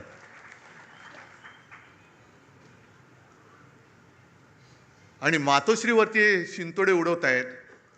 मला कळत नाही ही कुठली अवलाद. म्हणजे ज्या शिवसेना प्रमुखांनी मराठी माणसाच्या आणि हिंदूंच्या रक्तामध्ये स्वाभिमान रुजवला, त्या रक्तामध्ये हे भेसळ कुठून आणली? ही कोणाची अवलाद आहे? ते तर कळतंय, दुसऱ्याचे बाप चोरावं लागतायत. कारण मला आठवत आहे की शिवसेनेची जेव्हा स्थापना झाली तो क्षण आजही माझ्या डोळ्यासमोर आहे. आणि त्या क्षणाचे आता साक्षीदार 2-3 कदाचित मी, चंदूमामा असे 2-3 राहिलो असू. मी अनेकदा सांगितलेलं आहे की तुमच्या सगळ्यांपेक्षा सगळ्यात ज्येष्ठ शिवसैनिक मी आहे. कारण शिवसेनेच्या स्थापनेचा नारळ हा माझ्यासमोर फुटलेला आहे आणि त्यातनं उडालेले तुषारे माझ्या अंगावरती उडालेले आहेत. नाही, तुम्ही त्या क्षणाला तिकडे हजर नव्हतात. खरसीकर बोलतात मी होतो म्हणून. मी तेव्हा तिकडे हजर होतो आणि ते तुषार माझ्या अंगावरती उडाले. मी मागेही बोललोय की मला कल्पना नव्हती की ते उडालेले तुषार मला एवढं भिजवून टाकतील. की पूर्ण शिवसेनेची जबाबदारी माझ्या खांद्यावर येईल. तिथपासून मी शिवसेनेची वाटचाल बघतोय. कसे कसे शिवसैनिक मोठे झाले, कसे त्यावेळेला कसं सगळ्यांच्या एक पायाकडे हात लावला तर आता कोणाला कळणार नाही, कटकट्या असायचा. माहिती आहे कोणाला? काय? रामपुरी. आणि ते हे आमचा टाइमपास तोच. आम्ही शाळेतली मुलं सगळे लालबाग परळ, तेव्हा परेल नव्हतं, परळ होतं. शिवसैनिक यायचे आणि तेच सुरक्षा कवच. आणि कुठून कुठून दुसरीकडनं पण सगळे शिवसैनिक यायचे. आणि मग प्रत्येक जण दाखवायचा, बघा माझा 8 काठ्याचा आहे. म्हणजे त्याला टक टक टक टक टक 8 आवाज यायचा, 11 काठ्याचा, असे सगळे ते होतं. आणि ते बघत बघत आम्ही लहानाचे मोठे झालो. तेव्हाच्या सगळ्या मारामाऱ्या एकतर म्हणजे म्हणतात ना, एक तू तरी राहशील तरी नाही तर मी तर राहीन, तशा त्या मारामाऱ्या व्हायच्या. गँग वॉर, हे तसं गँग वॉर आत्ता जसं मध्ये झालं होतं तसं गँग वॉर नाही. वाड्यांची फाईट, सोडा वॉटरच्या बाटल्या, दगडफेक वगैरे सगळं तिथून बघत आता जे सुरू झालंय ते सगळं काय त्याला म्हणतात, ट्रोलिंग. म्हणजे घर बसल्या शिव्या द्यायचं. पण या सगळ्यांना मला एक सांगायचं आहे की मातोश्रीवरती जे जळतायत, ठाकरे कुटुंबियांवरती जे जळतायत, त्यांना ठाकरे कुटुंबाने काय काय भोगलंय, काय काय सोसलंय याची जरा तरी माहिती आहे का, कल्पना आहे का? आहे. आपण बोलताना बोलतो की हा महाराष्ट्र छत्रपती शिवाजी महाराज, शाहू फुले, आंबेडकर, सावित्रीबाई फुले यांचा आहेच. पण शिवाजी महाराजांच्या वेळेला सुद्धा गद्दार होतेच. शाहू फुले, आंबेडकर सगळ्यांना त्रास झालाय. महात्मा ज्योतिबा फुले आणि सावित्रीबाई यांच्यावर सुद्धा धोंडमार आणि शेणमार झालेली आहे. आज आपण त्यांना दैवत मानतो, पण प्रत्यक्ष होते त्यावेळेला त्यांच्यावरती शेणमार झालेली आहे. शाहू महाराजांना सुद्धा त्याचा सामना करावा लागलेला आहे. त्यांची सुद्धा बदनामी झालेली आहे. कशाला माझ्या आजोबांना प्रबोधनकार ठाकरे जे सांगतात ना, प्रबोधनकारांचा वारसा घेऊन पुढे जा, पण प्रबोधनकारांना सुद्धा काय काय भोगावं लागलंय का? तर कर्मठ आणि बामणी वृत्ती, ज्या जुन्या वाईट रूढी परंपरा होत्या त्या तोडून मोडून टाकल्या पाहिजेत, याच्यासाठी प्रबोधनकार उभे राहिले होते. घराचा पत्ता नाही, कुटुंब घेऊन महाराष्ट्रभर फिरले. अनेकदा बाळासाहेबांनी सांगितलेले की त्यांची ती भावंड आणि आई, मी तर माझ्या आजीला कधी बघितलं नाही, पण विंचवाचं बिराट जसं पाठीवर असतं तसं घेऊन माझे आजोबा महाराष्ट्राच्या कानाकोपऱ्यात फिरत होते. एखाद्या गावी गेल्यानंतर कुठे आसरा मिळाला तर आजीला सांगायचं की ठीक आहे चल बघ, आणि आजी माझी सगळं काही भांडी कुंडी जी काही 2-4 असतील ती काढून काय संसार थाटायचा प्रयत्न करायची. तेवढ्यात आजोबा गावातनं फेरी मारून यायची आणि सांगायची नाही जमत, चला निघायचं आपल्याला, चालले दुसऱ्या गावामध्ये. अनेक वेळेला त्या काळी आमच्या घरावरती मेलेली कुत्री आणि कचऱ्याचे ढीग फेकले गेलेले आहेत. शिवसेना प्रमुखांनी तर काय टीका सहन केली हे तुम्हाला माहिती आहे. आज माझ्यावर टीका होते, माझ्या पत्नीवरती टीका होते, आदित्यवरती घाणेरडे आरोप होत आहेत, तेजसवरती होत आहेत. का? तर एका क्षणी ज्या वेळेला भाजपने दगा दिला तेव्हा मला जबाबदारी स्वीकारावी लागली मुख्यमंत्री पदाची, म्हणून हा जळफळाट झाला. तुम्ही नाही, तुम्ही मातोश्रीने फक्त वाढायचं काम करायचं, जेवायचं काम ते करणार. जे काय मिळेल, मंत्री मीच झालो पाहिजे, मुख्यमंत्री मीच झालो पाहिजे, माझं ड्युटा कार्ट खासदार झालं पाहिजे, मंत्री झालं पाहिजे. मातोश्रीने भोगायचा मातोश्रीला अधिकार नाही, नाहीच आहे, आम्हाला नको आहे काही. पण सोसायचं किती? उद्धवजींचं ठीक आहे, पण आदित्यने फिरायला पाहिजे. अरे पण जेव्हा जेव्हा आमच्या कुटुंबावरती हल्ले झाले, कोणाचे असे शाब्दिक किंवा काही आरोप केल्यानंतर यापैकी या गदड्यांपैकी एक तरी छातीची ढाल करून आमच्यासमोर उभा राहिला होता त्यांच्या वर झेलायला. आज जी काही गद्दारी झालेली आहे, मी त्या वॉर्डातल्या तमाम मतदारांची आज जाहीर माफी मागतोय. कारण त्या सगळ्या मतदारांनी अगदी मोदींची लाट असताना त्यांच्या विरोधात माझ्यावरती, बाळासाहेबांवरती विश्वास ठेवून यांना निवडून दिलं होतं.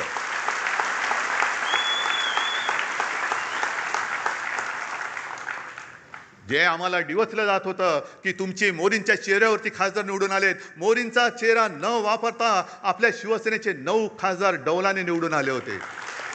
काही थोडक्यात गेले. एक तरी इथली तर सीट चोरलीच. कुठे होते मोदी? आणि त्याच्यानंतर म्हणजे तेव्हा भाजपचे 20पेक्षा जास्त खासदार ते पण 9 झाले. आणि आज परत फोडाफोडी कशासाठी फोडताय? काय मिळवायचंय काय तुम्हाला? म्हणजे सत्ता पिपासू किती व्हायचं? सरदार वल्लभभाई पटेलांनी मराठवाड्यामध्ये पोलीस कारवाई केली, ती का केली होती? रजाकारांना घालवण्यासाठी आणि तो प्रांत आपल्या देशात आणण्यासाठी म्हणून पोलीस कारवाई केली होती. आणि यांनी काय केलं? 2-2.5 लाख सीमा सुरक्षा दल घुसवलं. कुठे घुसवलं? बंगालमध्ये एका महिलेला हरवण्यासाठी निवडणूक आणि स्वतःचा पक्ष जिंकण्यासाठी देशाचं सुरक्षा दल तुम्ही वापरता. कोणालाच काय वाटत नाही. ममता बघा कशा लढतायत. काय होतंय? हारल्यानंतर किती देशामध्ये प्रतिक्रिया उमटली. 2.25-2.5 लाख फौज जर तुम्ही निवडणूक जिंकण्यासाठी वापरत असाल, स्वतःच्या पक्षासाठी वापरत असाल, तर मणिपूरमध्ये का नाही घुसवत? अजून 12 वर्ष होऊन गेली. पाक व्याप्त काश्मीरमध्ये अजून का नाही घुसवली? चला उद्या घुसवा. शिवसेना तुम्हाला जाहीर पाठिंबा देते. देशाचा हिताचा निर्णय घ्या ना तुम्ही. असं फोडून भामटेगिरी करण्यापेक्षा बोलवा ना आम्हाला. आम्ही तर पाकिस्तानी नाही होत ना. माझ्या घराण्याचा इतिहास आहे. तुमच्या असलं तर तुम्ही पण सांगा. असेल, मी कुठे नाही म्हणतोय. आम्ही पाकिस्तानातून आलेलो नाही आहोत. आम्ही सुद्धा देशप्रेमी आहोत. तुमच्या एवढेच किंवा तुमच्यापेक्षा जास्त, काकणभर जास्त आम्ही देशप्रेमी आहोत. आणि आज जे आपल्याला विरोध करतायत हे तेच आहेत ज्यांनी शिवसेना प्रमुखांना विरोध केला. पण तेव्हा शिवसेना प्रमुखांची गरज होती त्यांना. माझ्या आजोबांना विरोध करणारे हे गोमूत्रधारी जे होते, त्या प्रवृत्त्या परत बोकाळलेल्या आहेत. हो, मी त्यांना गोमूत्रधारीच म्हणतो. हे हिंदुत्व नाहीये, हे भोंदुत्व आहे.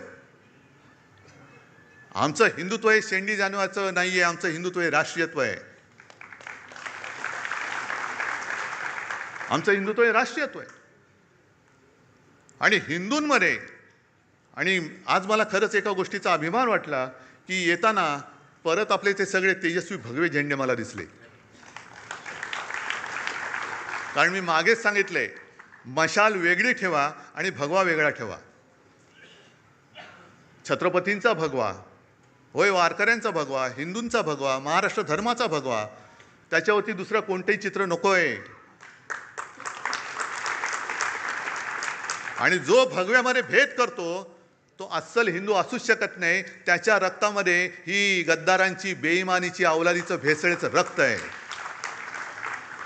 भेसळयुक्त रक्त हे भगवा हातात घेऊ शकत नाही, घेता कामा नये. आज शिवसेना 60 वर्षाची झाल्यानंतर पुढे काय करणार? ज्या पद्धतीने आजच्या देशाचं राजकारण चालू आहे हे बघितल्यानंतर जनतेचा लोकशाहीवरचा विश्वास आता उडत चाललेला आहे. म्हणजे आज 2 कवींनी त्यांच्या कविता सादर केल्या. इंस्टाग्रामवरती आज मी एक कार्टून पाहिलं, ते पण सांगणार आहे. आणि एका कवीची एक कविता, ती पण आत्ता मला आठवली. आपण काय म्हणतो? मशालीसमोरचं बटन दाबा, आम्हाला मत मिळेल. काँग्रेस काय म्हणतं? हातासमोरचं बटन दाबा, आम्हाला मत मिळेल. पवारसाहेब म्हणतात तुतारीचं बटन दाबा, आम्हाला मत मिळेल. भाजप म्हणतात तुम्ही कोणाचंही बटन दाबा, तो माणूस आमच्याचकडे येणार आहे. मग निवडणुकीचा खर्च करता कशाला? आणि आता हे जे दिवस चाललेले आहेत ते बघितल्यानंतर डॉक्टर लोक आता प्रश्नचिन्हांकित झाले, तर आपण नेमकं करतो काय? कारण जे कार्टून मी म्हणत होतो ते सोशल मीडियावरती आज आले. एका सोने चोराला पोलिसांनी पकडलंय आणि तो चोर त्यांना सांगतो, हो साहेब, चोरी म्हणू नका, ऑपरेशन गोल्ड म्हणा. त्याशिवाय डॉक्टर आता गोंधळलेत की आपण चोरी करतोय की ऑपरेशन करतोय. पण हे असं ऑपरेशन जर होत असेल तर तुम्हाला सगळ्यांना आणि आपल्या देशाला मिळून ऑपरेशन कमळ करावं लागेल. हा लोकशाहीचा धोका आहे. लोकशाहीला हा धोका आहे. देश असंच जर का चालत राहिलं तर देश अराजकाच्या दिशेने चाललेला आहे. ही मला वाटणारी भीती आहे. मी भाकीत करणारा नाहीये. ज्योतिषावरती तर माझा बिलकुल विश्वास नाहीये. पण समोर, म्हणजे तुम्ही आता समोर दिसतात तेच भवितव्य आहात. कारण ज्या देशामध्ये तरुणाईला झुरळ म्हटलं जातं, मानलं जातं, त्या देशाचं भविष्य काय असणार? आपल्याला जे काही या निवडणुका हे जिंकतायत, वाटेल ते करून निवडणुका जिंकतायत आणि पदं बळकावतायत. बरं, एवढं तर कमी पडतंय. तुमच्याकडे बहुमत आहे तरी स्थानिक स्वराज्य संस्था असतील, आणखीन काही असेल, पलीकडनं कोणाला अर्जच भरू द्यायचा नाही. अर्ज भरला रे भरला की उचल त्याला. कशासाठी हे करताय? एवढं सगळं मिळून तुम्ही जाणार आहात कुठे? काय करणार आहात देशाचं? आणि मग ते जे नड्डा बोलले होते की देशामध्ये फक्त एकच पार्टी राहील, 1 नेशन 1 इलेक्शन, हा एक भाग. पण यांची वाटचाल 1 पार्टी नो इलेक्शनकडे चाललेली आहे. एकच पार्टी राहील, दुसरी पार्टी राहताच कामा नये आणि सगळं काही आमचं, ह्याच्याकडे या दिशेने चाललेली आहे. पण त्यांना मला सांगायचं आहे, भाजप सुद्धा कधीकाळी आपला दोस्त होता, त्यांना मला एक प्रेमळ सल्ला द्यायचा आहे की तुम्ही या वाटेने जाल तर दीर्घकाळ सत्ता तुम्हाला लाभणार नाही. आणि ज्यांना आपण आपल्या देशाचं भाग्यविधाते समजतो त्या तरुण मुलांना जर का तुम्ही झुरळ समजत असाल तर एक लक्षात घ्या, आपलं स्वातंत्र्य हे निवडणुका जिंकून मिळालेलं नाही. त्या वयातल्या मुलांनी क्रांती केली म्हणून आपल्याला स्वातंत्र्य मिळालेलं आहे. ती मुलं जर का पेटली तर हे तुमचं सरकार सुद्धा राहणार नाही. काढा ना, काय वय होती? खुदिराम बोस 17 वर्ष, अनंत लक्ष्मण कानेरे काय वय होतं? भगतसिंग काय होतं वय होतं? राजगुरू काय वय होतं? ही सगळ्यांची वय काढा. ही आताचा जो काही शब्द आहे जेनझी, त्या जेनझीच्या वयोगटातली सगळी मुलं होती. काय बेकार होती? अशीच फिरत होती. त्याला काय उद्योगधंदे नव्हते. चाफेकर बंधू किती वर्षाचे होते? पण त्यांना माहिती पण नव्हतं देश स्वातंत्र्य नाही, माझा देश गुलाम आहे, माझी भारत माता गुलामगिरीत राहता कामा नये. मेलो तरी 72, पण मी माझ्या देशाला स्वतंत्र करेन. आता देश म्हणजे कोण? आपण. देश म्हणजे मला एक शाळेमध्ये धडा होता, देश म्हणजे देशातील माणसं, दगडधोंडे नाहीत. आपण सगळे आहोत, पण आपलेच जर का दगडधोंडे झाले तर मग हे स्वातंत्र्य उपभोगणार आहे कोण? कोण उपभोगणार आहे? बरं, चला एक असा विचार करून चालतो की याच्या पुढे शिवसेना निवडणूकच लढवणार नाही. काय करणार आहेत बोला? काय करतील? बरं, तुमच्यापैकी किती राहतील माझ्यासोबत? बघा, एकही तिकीट मिळणार नाही. मग काय करतील? कारण का मरमर मेहनत तुम्ही करायची, निवडून आपण आणायचं आणि यांचे खोके खोक्यावर खोके. म्हणजे शेतकरी रडतोय, त्याच्या मालाला हमीभाव नाही, पण आमदार खासदाराचा हमीभाव ठरलेला आहे. म्हणजे शेतकऱ्याला, ते कैलास पाटील परवा सांगत होते, ते सांगतील शेतकऱ्याला आता कर्जमाफी त्यांनी दिले. आपण मुक्त म्हणतो, ते माफी म्हणतायत. कर्जमाफीमध्ये त्यांनी अशा अटीतटी शर्ती टाकलेल्या आहेत की शेतकरी म्हणेल मेलो तरी चालेल पण तुझं कर्ज नको, मी भीक नको, पण कुत्रा. शेतकऱ्याला तुम्हाला धड कर्जमुक्त करायचं नाहीये, शेतकऱ्याच्या मालाला किंमत द्यायची नाहीये, पण नुसते आमदार खासदार आणि नगरसेवक आणि हे विकत घ्यायचे. वा, एवढा पैसा आहे तुमच्याकडे? निवडणुकीच्या आधी लाडकी बहीण आणि आता 80 लाख महिलांचं ते त्यांची ओवाळणी काढून घेतलेली आहे. काय टर्रेबाजी करत होते, दाढी खाजवत फिरत होते. काय मिळाले की नाही, मिळाले की नाही. पण मला एका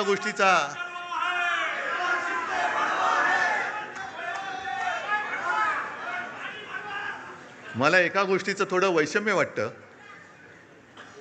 की अरे मेहनत तुम्ही केले ना, मत तुम्ही दिले ना, मग जाब विचारण्याचा अधिकार तुम्ही का सोडताय? का नाही जाब विचारत? हिम्मत होते कशी? होते कशी?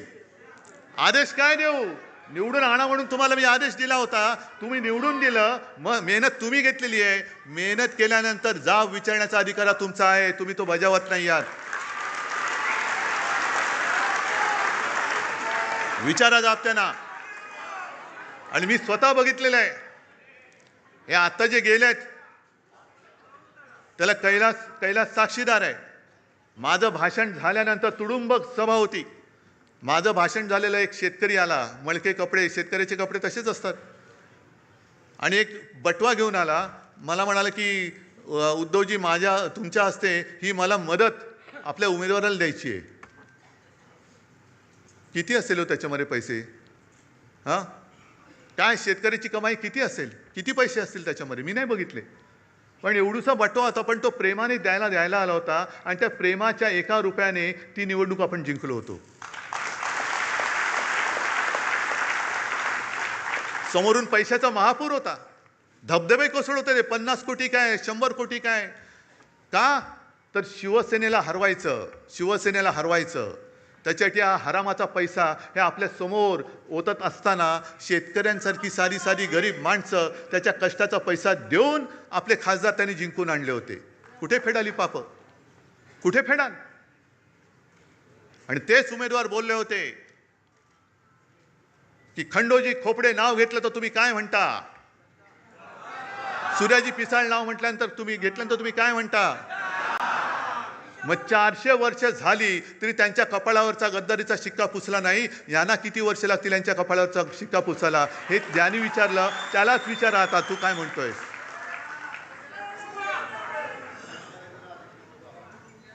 तुम्ही महाराष्ट्राचा विश्वासघात करता. अरे त्यावेळेला आपल्या महाराष्ट्राने तो त्यांचा अश्वमेध अडवला होता. हा पराक्रम महाराष्ट्राने केलेला आहे. त्याही वेळेला काँग्रेस सोबत होतीच ना. काँग्रेसच्या नेत्यांच्या सभा तुम्हाला हव्या होत्याच ना. आज एकदम तुम्हाला वाटायला लागलं की शिवसेना काँग्रेसमध्ये विलीन होईल. शिवसेना विलीन होण्यासाठी आलेली नाहीये, तर शिवसेना ही मराठी माणसाच्या आणि हिंदुत्वाच्या रक्षणासाठी आणि न्याय हक्काच्या लढ्यासाठी जन्माला आलेली आहे. आणि मग काँग्रेसचा विषय काढलाच आहात तर तेही तुम्हाला सांगतो, काँग्रेसने सुद्धा आपल्याला छळलंच नाही, म्हणतच नाही मी. आपलं अर्ध्याहून अधिक आयुष्य हे काँग्रेस बरोबरच्या दुश्मनीमध्ये, राजकीय वैरामध्ये गेलेलं आहे. अगदी टोकाचं वैर, अगदी काय तिखट टीका आपण केलेली आहे.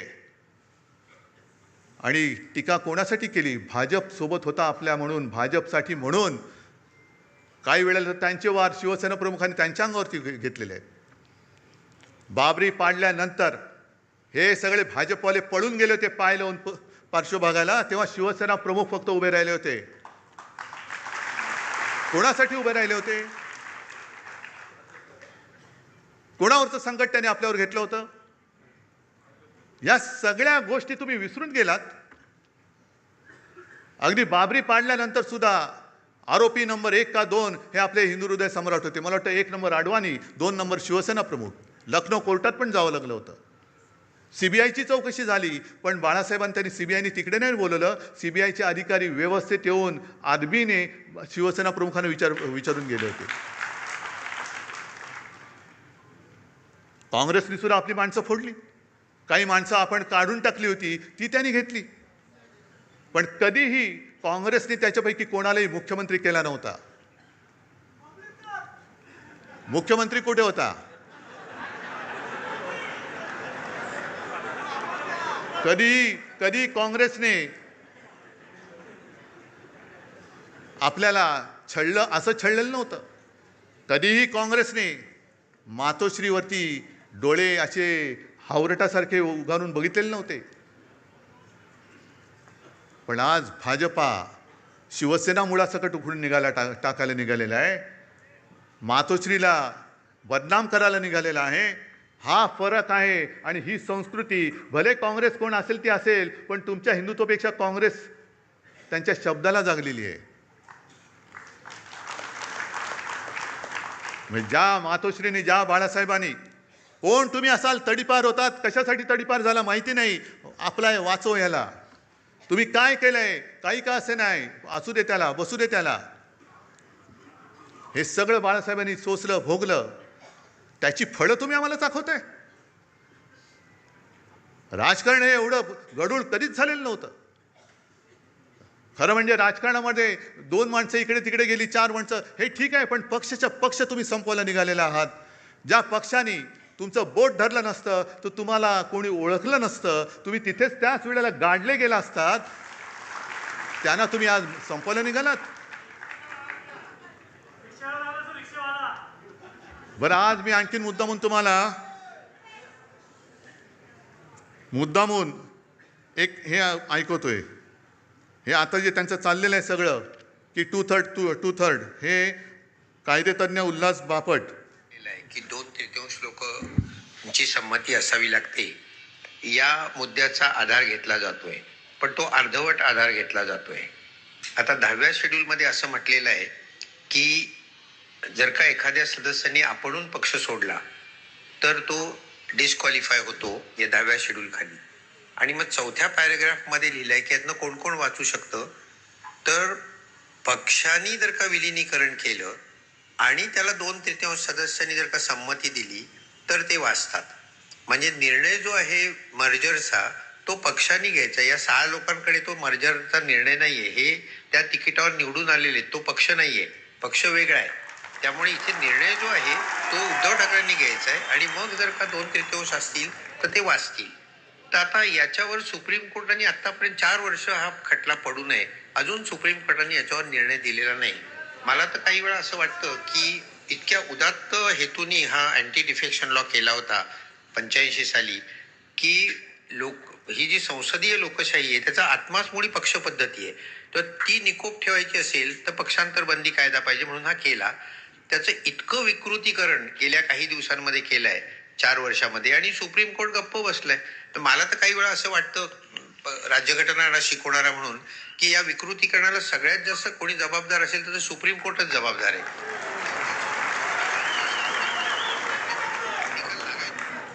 बोला. आता उद्या आमच्या आणि बापट साहेबांच्या डोक्यावरती हातोडा पडेल सुमोटो.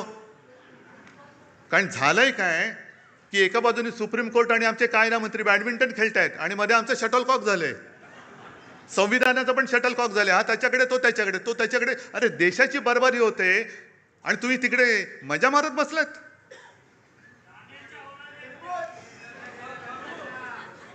पण आता विचार सगळ्यांनी केला पाहिजे, केवळ शिवसेनेने नाहीये. हा विषय शिवसेनेचा नाहीये.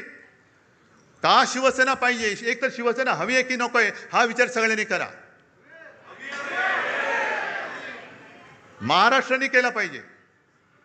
आज सुद्धा मी जेव्हा जातो, म्हणजे अगदी ठीक आहे, मी जिल्हा परिषद निवडणुकीला नाही फिरलो कोणी. याचं कारण मला स्थानिक नेते उभे राहिले पाहिजेत. त्यांच्या जीवावरती तुम्ही शिवसेनेची धुरा ही स्थानिक पातळीवर तरी सोपवणार आहात की नाही? का प्रत्येक वेळेला आपले पंतप्रधान येतात, अगदी दूध संघाच्या निवडणुकीला सुद्धा भाई और बहिनो, मग माझे स्थानिक लोक आहेत कुठे? बरं, तुम्ही खासदार आहात, तुम्ही आमदार आहात, अरे करा ना निवडणूक, लढवा. पण ज्या वेळेला आपत्ती आली होती मराठवाड्यावरती, या गेल्याच वर्षी जमीन वाहून गेली होती, शेतकऱ्याची जमीन, महापुरामध्ये घरं वाहून गेली, भांडीकुंडी वाहून गेली, वह्या पुस्तकं वाहून गेली. तेव्हा मुख्यमंत्री उपमुख्यमंत्री कोणी आले नव्हते. मी आणि माझ्याबरोबर हे सगळे अंबादास, चंद्रकांत खैरेसाहेब, कैलास वगैरे त्यावेळेतले सगळे आमदार, खासदार आणि आपले शिवसैनिक त्यांच्या मदतीला धावून गेले होते. मी मुख्यमंत्री होतो हे सांगावं का लागतंय? कारण लोक विसरतात. कोणी न मागता कर्जमुक्ती ती सुद्धा कोणत्याही प्रश्नाशिवाय मी केली होती.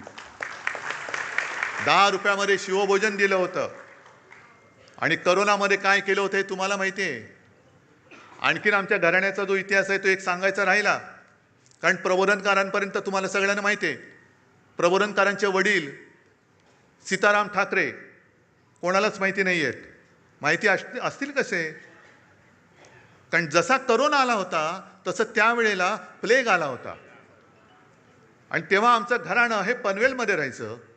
आणि प्लेग म्हणजे काय? लागला की गेला, म्हणजे कोणाला गाठ आली का गेलाच. आणि त्याच वेळेला मग ते रँड वगैरे ते सगळं झालं, ते पुण्यामध्ये ते तिकडे. पण मृतदेह वाहून न्यायला कोणाची तयारी नव्हती, हिंमत होत नव्हती. तेव्हा प्रबोधनकारांचे वडील सीताराम ठाकरे आणि त्यांच्या सगळ्या मित्रमंडळींनी हे मृतदेह वाहण्याचं काम केलं आणि त्याच्यात प्लेग घेऊन ते गेले. आहे कोणाचा असा घराण्याचा इतिहास? आमच्या अंगावर येते येता. आणि म्हणून मी आज शेवटी तुम्हाला विचारतोय, मी आजपर्यंत तुम्ही मला जपलत कारण शिवसेना प्रमुखांचा आदेश. जसं शिवसेना प्रमुखांनी सांगितलं की जसं तुम्ही मला जपलं, मी तुम्हाला जपलं, तसं उद्धवला सांभाळा, आदित्यला सांभाळा, तसं मी आज तुम्हाला सांगतोय. मी कसा आहे तुम्हाला माहिती आहे. माझ्या माणसाने माझ्यावरती बोट दाखवलं तर एक क्षण सुद्धा मी राहणार नाही तिकडे. आणि म्हणून मी मुख्यमंत्री पद सोडलं आणि वर्षा सोडून मातोश्रीला गेलो. त्याच्यामुळे नाटक म्हणून मला कधी जमलेलं नाही आणि करण्याची गरज नाही आहे. मला जर का काही पाहिजे असतं तर आज सुद्धा मी विनासायास विधान परिषदेमध्ये टिकोजीरावासारखं जाऊन बसलो असतो, पण मी नाही गेलो. म्हणून मी आज तुम्हाला सांगतोय, विचार करून उत्तर द्या. 60 वर्ष पूर्ण झालेली आहेत. गेली जवळपास 12-13 वर्ष मी तुमची नेतृत्वाची जबाबदारी सांभाळतोय. पण जे आरोप माझ्यावरती होत आहेत ते जर तुम्हाला खरं वाटत असतील तर तुम्ही मला सांगायचं, मी आत्ता या पदावरनं पाय उतारवायला तयार आहे. फक्त माझी एक अट आहे की ही सोन्यासारखी शिवसेना चोराच्या दरोडेखोराच्या हातात जाऊ द्यायची नाही. तुमच्यापैकी एक शिवसैनिक येऊ द्या, तो शिवसेना पक्षप्रमुख बनेल, मला त्याचं सुद्धा कौतुक वाटेल. मला नेतृत्वाची सोच नाही, मला नेतृत्वाची हाव नाही आहे. मी आत्ता हे पद सोडायला तयार आहे. पण कोणी लाचार, गद्दार, भेसळयुक्त रक्ताचा माणूस माझ्यावरती आरोप करत असेल तर त्याला उत्तर हे तुम्ही द्यायचं आहे. बाकी मी डगमगलेलो नाहीये, मी खचणारा नाहीये. अनेक संकट आली, अनेक वादळं आली, मी पळणारा नाहीये. मी पहाडासारखा उभा राहीन, जबाबदारी स्वीकारेन. पण तुमच्या मनात जोपर्यंत विश्वास आहे तोपर्यंतच हे मी करेन. आणि ज्या क्षणी तुम्हाला वाटेल त्या क्षणी मी हे पद सोडल्याशिवाय राहणार नाही. जय हिंद, जय महाराष्ट्र.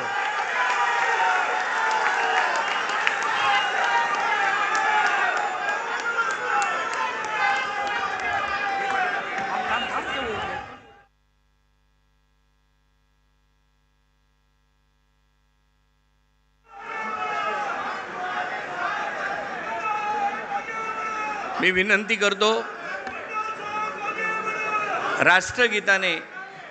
राष्ट्रगीतासाठी सर्वांनी उभं राहावं.